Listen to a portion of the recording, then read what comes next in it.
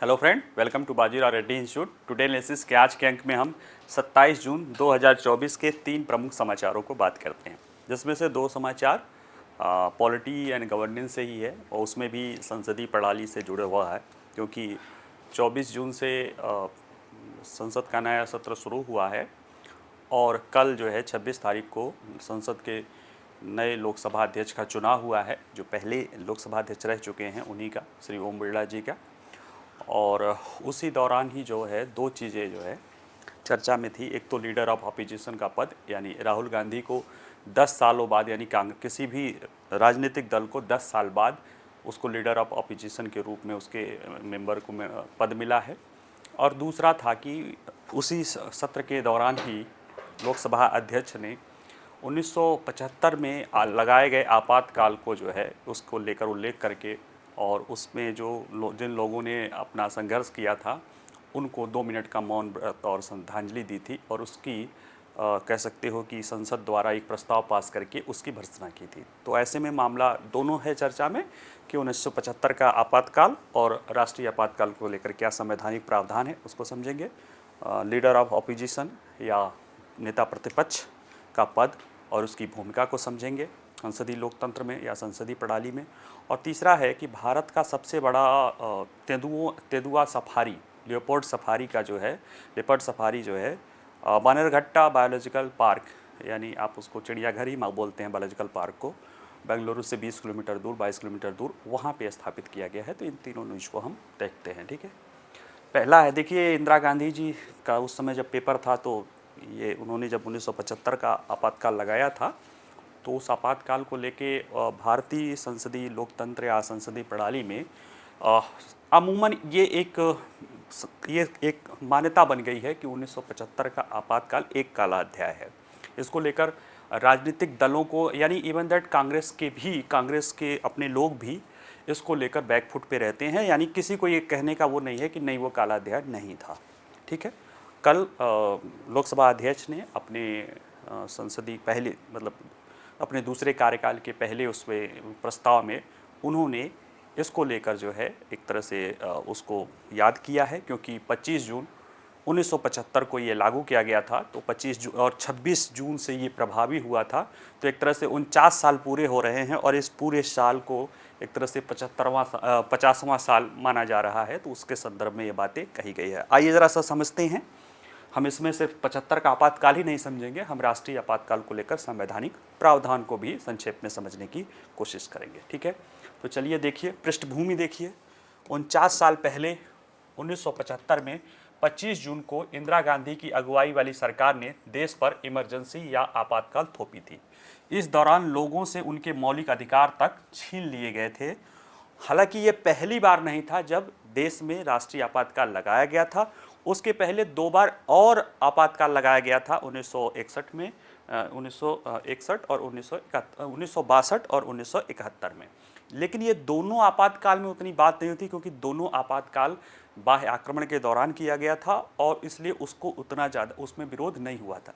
लेकिन जो 1975 का जो आपातकाल है, इसने उथल पुथल की थी, क्योंकि इसकी घोषणा जिस तरह से और जिस कारणों से की गई थी वह कहीं विवादित रहा था। और उसके बाद जो प्रक्रिया अपनाई गई, लोगों के मौलिक अधिकारों को रोकने की जो प्रक्रिया अपनाई गई, उसको लेकर जो है ये विवादित रहा है।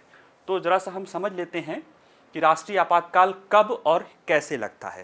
देखिए, भारत में संवैधानिक रूप से 3 तरह के आपातकाल लोग मानते हैं। एक है नेशनल इमरजेंसी, एक है प्रेसिडेंट रूल या राज्य आपातकाल, और दूसरा है वित्तीय आपातकाल। लेकिन राष्ट्रीय आपातकाल केवल एक ही को कहा जाता है, बाकी को राष्ट्रपति शासन कहा जाता है और फाइनेंशियल इमरजेंसी वित्तीय आपातकाल कहा जाता है। ठीक है, तो राष्ट्रीय आपातकाल की जो घोषणा होती है वो भारत के संविधान में आर्टिकल 352 के अंतर्गत राष्ट्रपति राष्ट्रीय आपातकाल की घोषणा करने का अधिकार रखता है। ठीक है, यानी जब ये 75 की इमरजेंसी लगी थी और इसके बाद 44वां संविधान संशोधन लाया गया था जनता पार्टी के बाद, उसमें ये पद जोड़ दिया गया था कि राष्ट्रपति को जो ये सलाह दिया जाएगा वो प्रधानमंत्री का नहीं होगा, बल्कि मंत्रिमंडल का लिखित सलाह। और उसी संविधान संशोधन में मंत्रिमंडल या कैबिनेट जो शब्द है वो हमारे संविधान में आया था। उसके पहले मंत्रिपरिषद था, लेकिन 44वें संविधान संशोधन द्वारा ये पद आया था और इसमें इसको लगाने के लिए सिर्फ प्रधानमंत्री की सलाह नहीं, मंत्रिमंडल की लिखित सलाह पे राष्ट्रपति द्वारा इसे लगाए जाने की बात की गई है।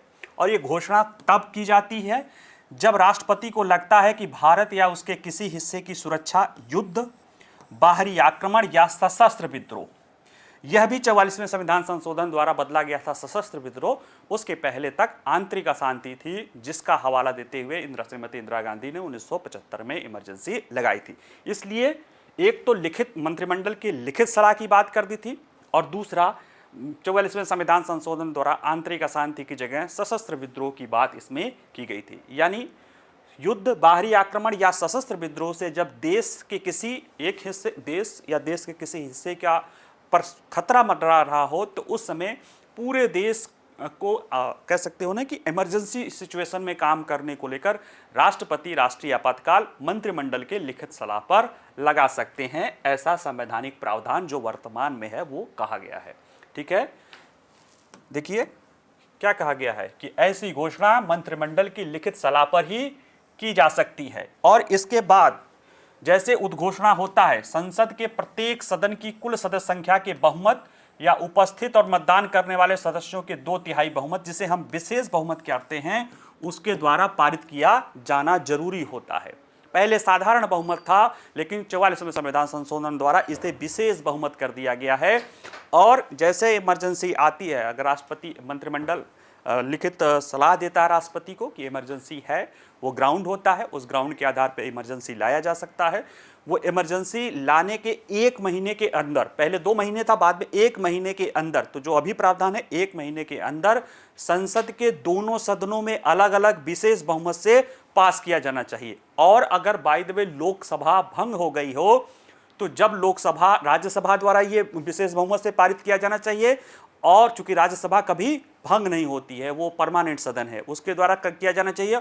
और जैसे ही अगला चुनाव हो और लोकसभा आती है, उसके 1 महीने के अंतर्गत इसे जो है रेटिफाई करना चाहिए, मतलब विशेष बहुमत से। यानी पूरे बहुमत का जो है 50% और उपस्थित और मत देने वालों का 2/3 इसे विशेष बहुमत कहते हैं। इसके आधार पे उसे पास किया जाना चाहिए। साथ ही में ये 6 महीने के लिए लागू होगा। पहले यह अनिश्चितकाल के लिए लागू था, लेकिन अब 6 महीने के लिए कर दिया गया है और 6-6 महीने करके ऐसे विशेष बहुमत से रेटिफाई करके संसद इसे आगे बढ़ा सकती है। और इसमें एक बात की गई है कि देखिए, आपातकाल जब युद्ध और बाह्य घोषणा, आपातकाल घोषणा युद्ध या बाह्य आक्रमण के आधार पर होती है तो इसे बाह्य आपातकाल, और जब आंतरिक सशस्त्र विद्रोह के आधार पर होता है तो आंतरिक आपातकाल कहा जाता है। इस आपातकाल की घोषणा संपूर्ण देश में अथवा केवल उसके किसी एक भाग पर लागू हो सकती है। और जैसे ये सारे प्रावधान तो रक्षोपाय किए ही गए थे, और आपातकाल में 42वां संशोधन की इसको आपातकाल को न्यायिक समीक्षा नहीं की जा सकती है, लेकिन मिनर्वा मिल्स मामले में 1980 में उच्चतम न्यायालय ने कहा था कि राष्ट्रीय आपातकाल की उद्घोषणा अदालत में चुनौती दी जा सकती है। तो इस तरह से संवैधानिक दृष्टि से भी संसद ने संविधान में रक्षोपाय करके, और सुप्रीम कोर्ट ने अपने न्याय निर्णय में मिनर्वा मिल्स मामले में राष्ट्रीय आपातकाल को लेकर कई सारे रक्षोपाय किए हैं कि राष्ट्रीय आपातकाल जरूरी है, क्योंकि कई बार ऐसी परिस्थितियां आ जाती हैं कि राष्ट्र को एक विशेष परिस्थिति के लिए तैयार रहना पड़ता है। आपके पास जैसे डिजास्टर मैनेजमेंट है, उसके लिए डिजास्टर मैनेजमेंट एक्ट में कई सारे एक्ट होते हैं। कोरोना आया था तो सरकार ने विशेष आपको घरों में रोक दिया था, ऐसे नहीं रोक सकते हैं। लेकिन कुछ परिस्थितियां आती हैं तो आपको आपातकाल की स्थिति में के लिए कानून चाहिए होता है, संवैधानिक प्रावधान चाहिए होता है, लेकिन उसको लेकर पर्याप्त रक्षोपाय जो नहीं था पहले, उसे लाया गया है। तो इस मामले में आप कह सकते हैं कि भले 1975 के राष्ट्रीय आपातकाल ने बहुत सारे लोगों के मौलिक अधिकार छीने थे, लेकिन उसके बाद ही उस राष्ट्रीय आपातकाल के प्रावधान को दुरुस्त करने का और मजबूत सुरक्षा रक्षोपाय करने का भी कहीं ना कहीं रास्ता निकला है। ये सिर्फ आप कह सकते हो कि राष्ट्रीय आपातकाल 1975 के राष्ट्रीय आपातकाल का सिर्फ एक सिल्वर लाइनिंग ये थी कि उसके बाद इसको लेके जो विद्रोह था, जो कहते हैं कि विरोध था, उसको लेके संसद ने 44वें संविधान संशोधन द्वारा उसमें कई सारे रक्षोपाय किए थे और बाद में सुप्रीम कोर्ट में भी वो बात आई थी और मिनर्वा मिल्समान ने कहा था कि नहीं, न्यायिक समीक्षा की जा सकती है, और फिर वो उसके लिए वो किया गया। तो ये सारे कुछ रक्षोपाय हैं। अगर हम देखें कि राष्ट्रीय आपातकाल के दौरान क्या होता है, तो जो अनुच्छेद 19 वाक और अभिव्यक्ति वाले जो कुछ स्वतंत्रताएं हैं, वो स्वतंत्रताएं स्वतः निलंबित हो जाती हैं, और इसके अतिरिक्त राष्ट्रपति अन्य मूल अधिकारों के निलंबन को, उसमें से 20 और 21 द्वारा प्रदत्त अधिकारों को छोड़कर बाकी संबंधित प्रवर्तन के लिए न्यायालय में प्रश्नगित नहीं किया जा सकता। इसको लेकर जो है वह क्या कर सकते हैं, इसे भी निलंबित कर सकते हैं राष्ट्रपति। 19 तो स्वतः ही हो जाता है, हालांकि 20 और 21 अब निलंबित नहीं होता है।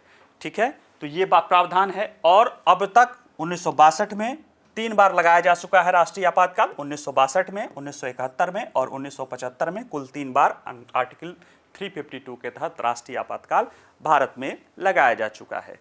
देखिए 62 का आपातकाल देखते हैं, तो 62 का आपातकाल पहली बार भारत में कोई राष्ट्रीय आपातकाल 1962 में लगा था।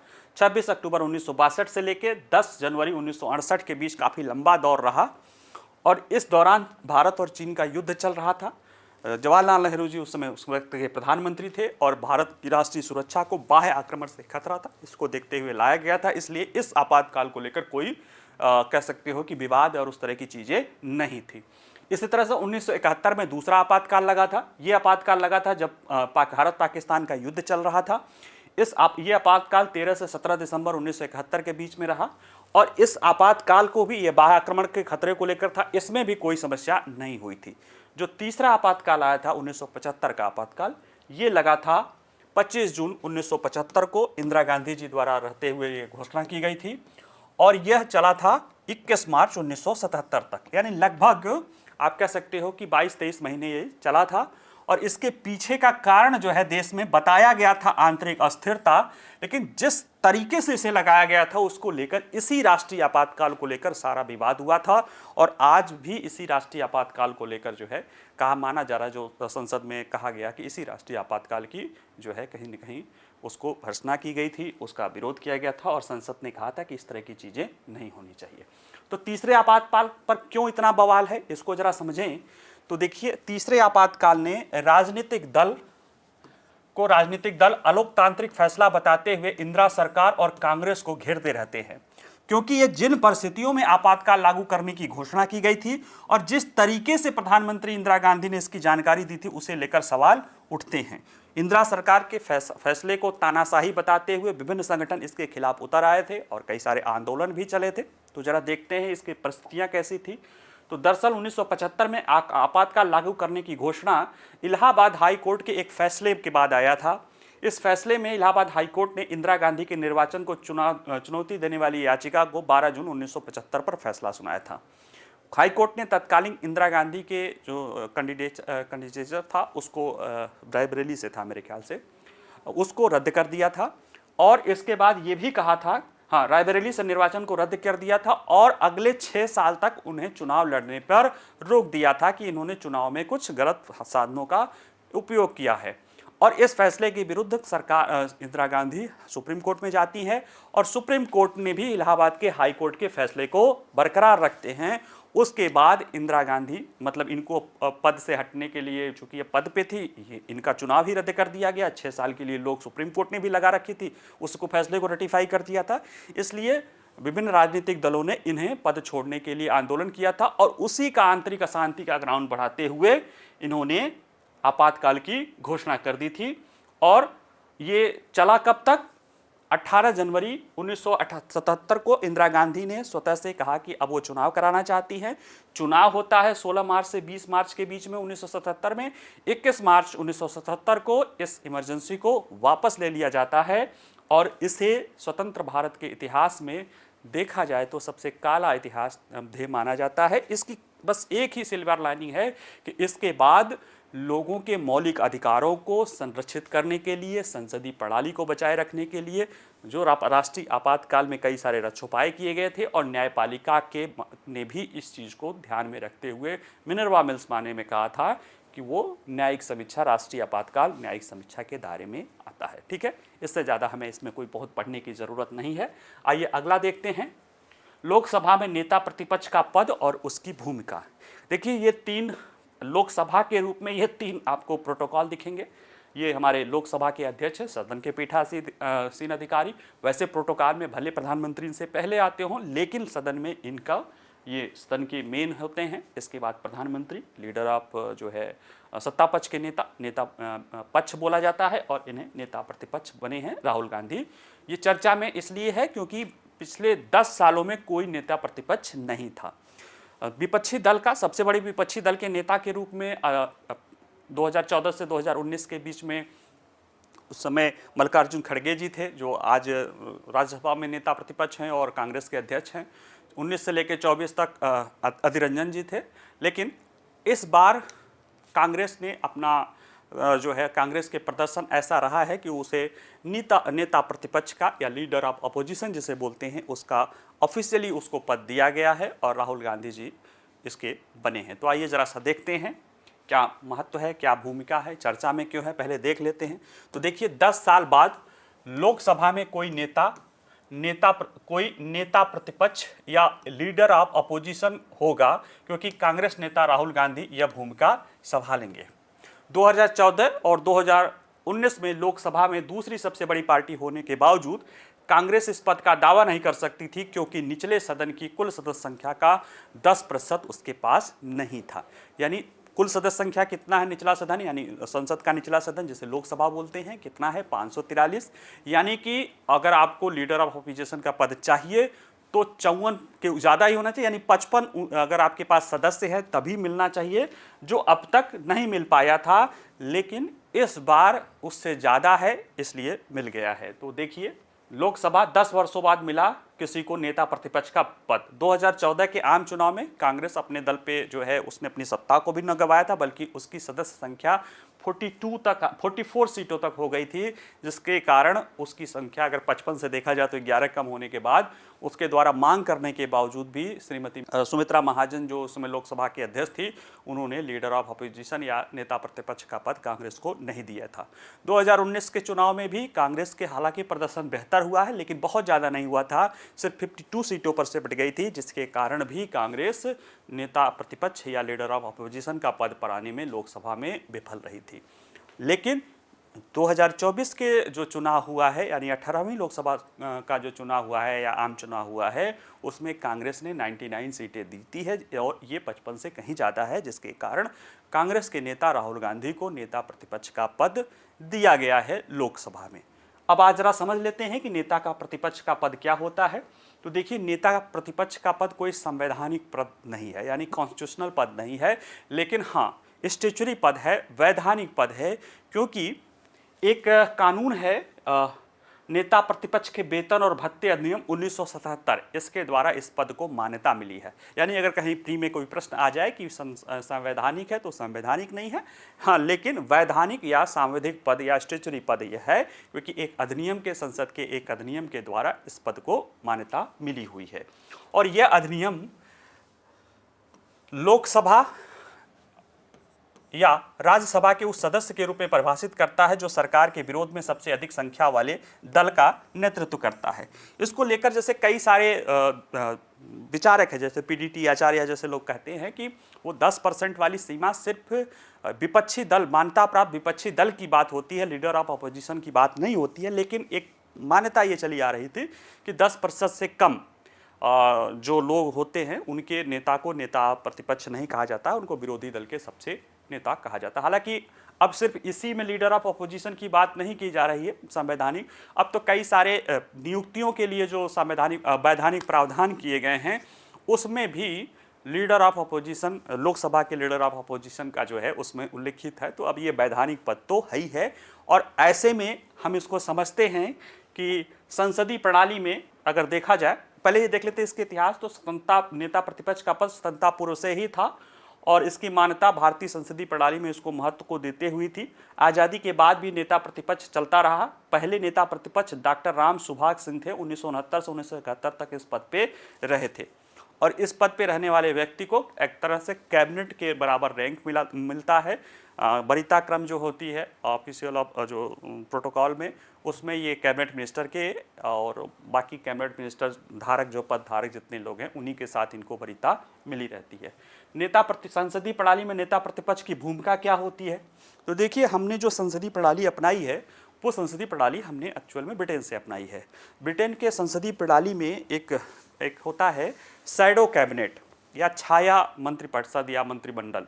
उसमें जो विरोधी दल का नेता होता है वो शैडो प्राइम मिनिस्टर के रूप में रहता है और वो अपना शैडो कैबिनेट भी बनाता है। और जब स्थिति सरकार इस्तीफा दे देती है या सरकार का बहुमत खत्म हो जाता है तो वह वैकल्पिक सरकार के रूप में भूमिका अदा करती है। उसी तरह की कुछ बात भारत के व्यवस्था में भी है। और यह जो लीडर ऑफ अपोजिशन या नेता प्रतिपक्ष होता है, संसदीय प्रणाली में इसकी महत्वपूर्ण भूमिका होती है। वे सत्तारूढ़ सरकार पर आवश्यक नियंत्रण और संतुलन प्रदान करने की बात करते हैं। 2012 में संसद पर प्रकाशित एक आधिकारिक पुस्तिका में कहा गया था कि लोकसभा में नेता प्रतिपक्ष को एक छाया प्रधानमंत्री के रूप में माना जाता है, जिसके पास एक छाया मंत्रिमंडल होता है जो सरकार के इस्तीफा देने या सदन में हारने की स्थिति में प्रशासन संभालने के लिए तैयार रहता है। हालांकि आप देखिए कि ऐसा कोई छाया कैबिनेट के रूप में यहाँ पे बात नहीं होती है, लेकिन पुस्तिका ये कहती है और ये बातें ब्रिटेन में अपनाई जाती है। वहाँ पे भी एक शैडो प्राइम मिनिस्टर रहता है जो कि विपक्ष के रूप में रहता है और उसी तरह से शैडो कैबिनेट बनाई जाती है। जो जितने कैबिनेट मिनिस्टर होते हैं विपक्ष में भी उसी तरह से रहते हैं, वो उन विभागों में उन मंत्री को घेरने या उनसे प्रश्न पूछने का काम करते हैं, जिससे कि जो भी नीतियाँ बनती है उसमें, जैसे अभी कोई मंत्री है, गृह मंत्री है, अगर शैडो कैबिनेट में भी कोई गृह मंत्री के रूप में शैडो गृह मंत्री के रूप में है तो उसका काम क्या होगा? उस पूरे गृह मंत्रालय पर और उससे ही प्रश्न पूछने पे लगा रहता है, जिससे चर्चा परिचर्चा, वाद विवाद, पक्ष विपक्ष और निखर कर सामने आता है। ये उम्मीद की जाती है, लिखा भी है ऐसी बातें ऑफिशियल पुस्तिका में, लेकिन ऐसा कुछ होता नहीं है। हाँ, लीडर ऑफ अपोजिशन की भूमिका महत्वपूर्ण होती है, क्योंकि अभी प्रोटोकॉल में ही देख रहे थे कि स्पीकर थे, फोटो में ही देख रहे थे स्पीकर थे, प्रधानमंत्री या जो नेता पक्ष और प्रतिपक्ष, उसके बाद संसदीय कार्य मंत्री थे। तो कहीं ना कहीं महत्वपूर्ण संसदीय प्रणाली में उसकी भूमिका, तो संसद के चलाने में उसकी भूमिका तो महत्वपूर्ण होती है। और ऐसे में देखिए, सदन के कामकाज को सुचारू रूप से चलाने में उसकी सक्रिय भूमिका सरकार की भूमिका जितनी ही महत्वपूर्ण होती है, ये पुस्तिका ये बात कहती है। वैसे भी लोकतंत्र में पक्ष और प्रतिपक्ष दोनों की भूमिका होती है और दोनों का मजबूत होना महत्वपूर्ण माना जाता है। और ये अच्छा संकेत भी है कि लोकतंत्र में विपक्ष मजबूत रहती है तो सरकारों को, या किसी की भी सरकार हो, सरकारों को जो है सोच समझ के, या उसके कई बार क्या होता है, जैसे एक देश है इजराइल, उसमें रूल्स ऑफ 10, उसमें 10 लोग कोई निर्णय लिया जाता है तो एक व्यक्ति इसीलिए होता ही है कि वो कोई भी फैसला उसके विरोध में करे, क्योंकि फिर वो और दायरे से उसको सोचा समझा जा सकता है। तो इस तरह से विपक्ष की भूमिका हमेशा से महत्वपूर्ण रहती है और भारत के संविधान में तो, भारत के जो संसदीय प्रणाली में तो इसे ऑफिशियल दर्जा भी दिया जाता है। ठीक है, इसके अतिरिक्त इसे विभिन्न समितियों में भी इसकी भूमिका होती है। जैसे नेता प्रतिपक्ष या जो लीडर ऑफ अपोजिशन होता है, वो जो लोक लेखा समिति या पब्लिक अकाउंट कमेटी होती है उसका अध्यक्ष होता है। यही एकमात्र संसदीय समिति होती है जिसका अध्यक्ष सत्ता पक्ष के न होकर विपक्ष का होता है, और ये नेता प्रतिपक्ष जो होता है उसको दी जाती है, या जो विरोधी दल के, सबसे बड़े विरोधी दल के जो नेता होते हैं उनको दिया जाता है। और इसके अतिरिक्त जो बाकी ऊपर समितियां होती हैं संसद की, उसमें भी ये किसी न किसी महत्वपूर्ण मेंबर के रूप में काम करता है। कई सारे ऐसे प्रशासनिक अधिकारियों, प्रशासनिक पदों पर नियुक्त की जाती है जिनके लिए समिति बनती है। उस समिति में भी, बहुत सारे समितियों में भी नेता प्रतिपक्ष या लीडर ऑफ अपोजिशन भूमिका निभाता है, जिसमें से केंद्रीय सतर्कता आयोग या सीबीसी की, केंद्रीय सूचना आयोग, सीबीआई की, राष्ट्रीय मानवाधिकार आयोग, लोकपाल जैसे जो वैधानिक संस्था हैं उसमें प्रधानमंत्री और लीडर ऑफ अपोजिशन और कोई एक मंत्री या अन्य सदस्य के रूप में भूमिका होती है। याद करिए, चुनाव आयोग को लेकर जो सुप्रीम कोर्ट ने अपना एक फैसला दिया था, उसका अपने असाधारण शक्तियों का प्रयोग करते हुए, उसमें भी प्रधानमंत्री और लीडर ऑफ अपोजिशन या उनके नहीं रहने पर सबसे बड़े विरोधी दल के नेता और चीफ जस्टिस ऑफ इंडिया की बात की जाती है, तो कहीं ना कहीं कुछ चीज़ों को, हालांकि बाद में संसद ने अपने अधिकार का प्रयोग करते हुए जो कानून बनाया उसमें जो है चीफ जस्टिस ऑफ इंडिया को बाहर कर दिया कि शक्ति पृथक्करण के सिद्धांत के तहत ये चीज़ें होनी चाहिए।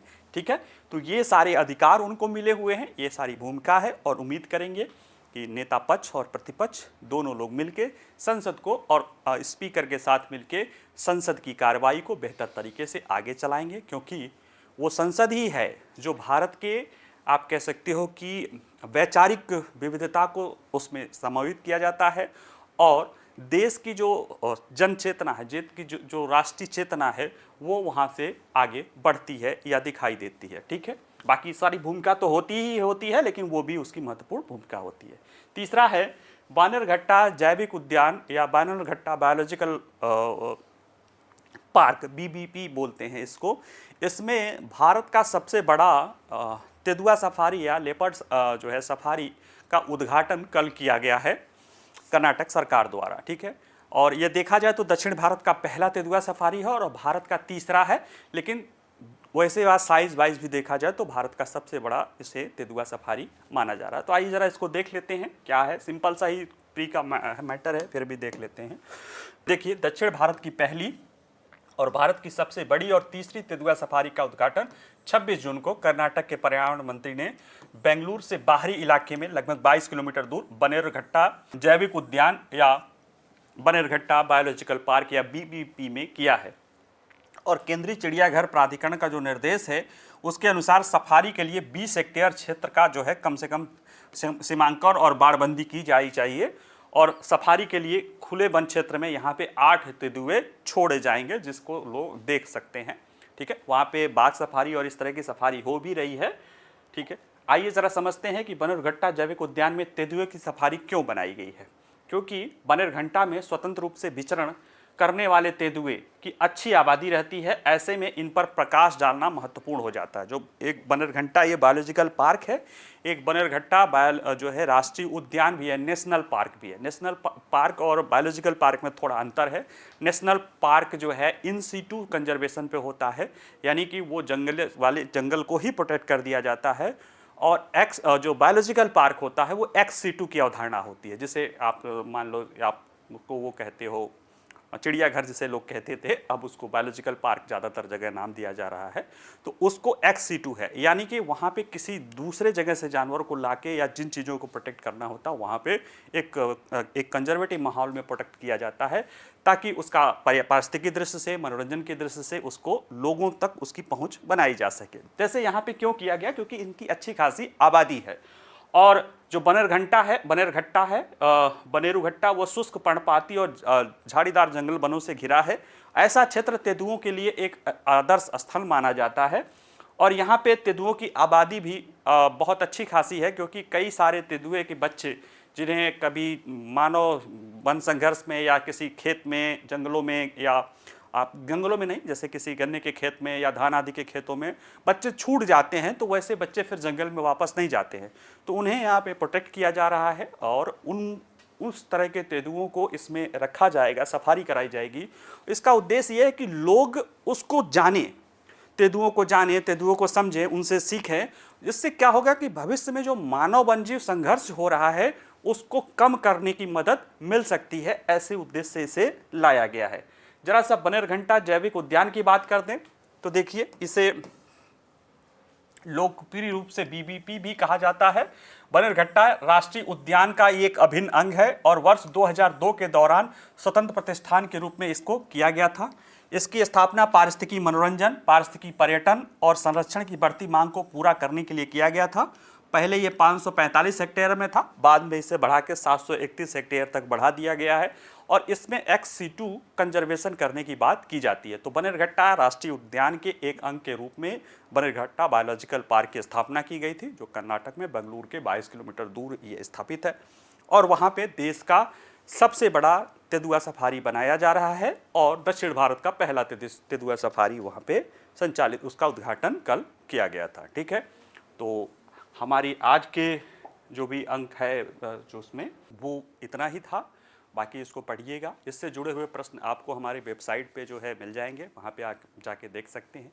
पीडीएफ में भी रहते हैं, पीडीएफ से भी आप पढ़ लीजिएगा, नोट्स बना लीजिएगा। और अगर कोई प्रश्न हो तो आप पूछ सकते हैं। कोई वीडियो पसंद आए तो लाइक करिए, शेयर करिए, और बाकी नोट्स बनाते रहिए, मुस्कुराते रहिए, पढ़ते रहिए। ठीक है, धन्यवाद, नमस्कार।